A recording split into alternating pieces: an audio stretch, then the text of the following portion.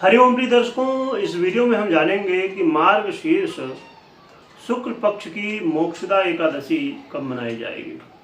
मार्गशीर्ष के शुक्ल पक्ष में मनाई जाने वाली एकादशी को मोक्षदा एकादशी कहा जाता है।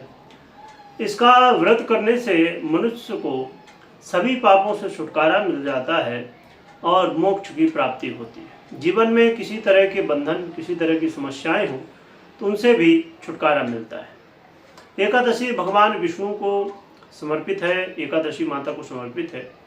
इस दिन भगवान विष्णु के निमित्त, एकादशी माता के निमित्त व्रत करने से, पूजन इत्यादि करने से, दान पुण्य इत्यादि द्वादशी को करने से व्यक्ति की सभी कामनाएं पूरी होती है। तो आइए जानते हैं कि एकादशी कब रहेगी। और इसी दिन गीता जयंती भी मनाई जाती है और साथ में विशेष इसमें एक महत्वपूर्ण बात उसे भी जानेंगे क्योंकि भद्रा का वास भी इस बार रहने वाला है तो उसका भी प्रभाव रहेगा। तो प्रिय दर्शकों, देखा जाए तो भद्रा का जो वास है ये सुबह से ही प्रारंभ हो जाएगा और सुबह 9:30 बजे से लेके और शाम को 7:01 तक इस समय कोई भी शुभ कार्य नहीं करना चाहिए।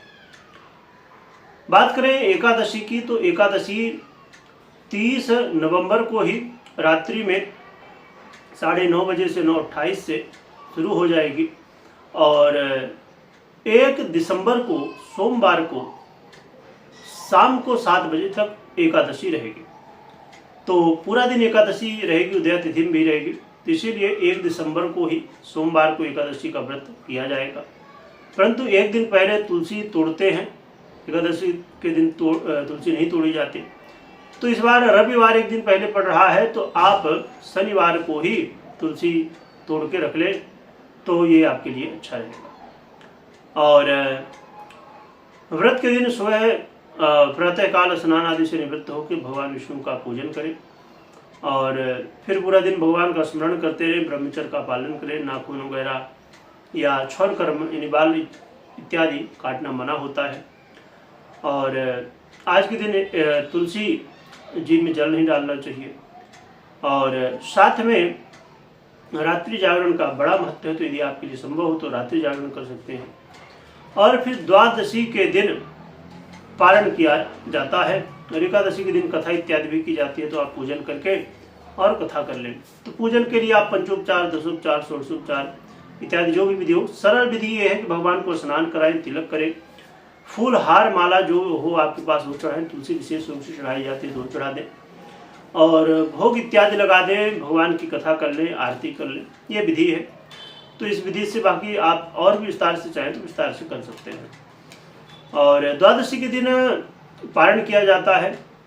तो द्वादशी के दिन पारण के लिए जो समय रहने वाला है वो सुबह से ही प्रारंभ हो जाएगा। सुबह 7:28 से, यानी कि आप मोटा मोटा 7:30 बजे से लेके और 9 बजे के बीच में आप पारण कर सकते हैं। तो ये समय होगा जिस समय आप पारण कर सकते हैं। और पारण करने के लिए भगवान का चरणामृत, तुलसी या मुख में चावल डाल के किया जा सकता है। और द्वादशी के दिन ब्राह्मण भोजन कराया जाता है। तो यदि आपकी सामर्थ्य हो, व्यवस्था हो तो करा सकते हैं, ना हो तो कच्चा सीधा का दान इत्यादि करके भगवान का पूजन करके फिर पारण कर सकते हैं। तो ये विधि है। बाकी एकादशी की जो विधि है तो आप निर्जला रख सकते हैं यदि आपके लिए संभव हो, नहीं तो जल लेके रख सकते हैं, या तो फिर फल फूल इत्यादि फलहार करके रख सकते हैं। तो जैसा आपके लिए संभव हो तो उस हिसाब से आप रखिए, जितना आपकी समर्थता हो शरीर साथ में उतना ही करना चाहिए। बाकी इस दिन चावल खाना मना होता है और इसमें व्रत करना चाहिए सभी को, परंतु जो बालक हैं, वृद्ध हैं, बीमार हैं, उनके लिए नियम लागू नहीं होते, अपने सामर्थ्य के अनुसार करना चाहिए। कमेंट में जय विष्णु भगवान, जय एकादशी माता लिखिएगा, लिखने के साथ स्मरण करिएगा। वीडियो देखने के लिए बहुत बहुत धन्यवाद।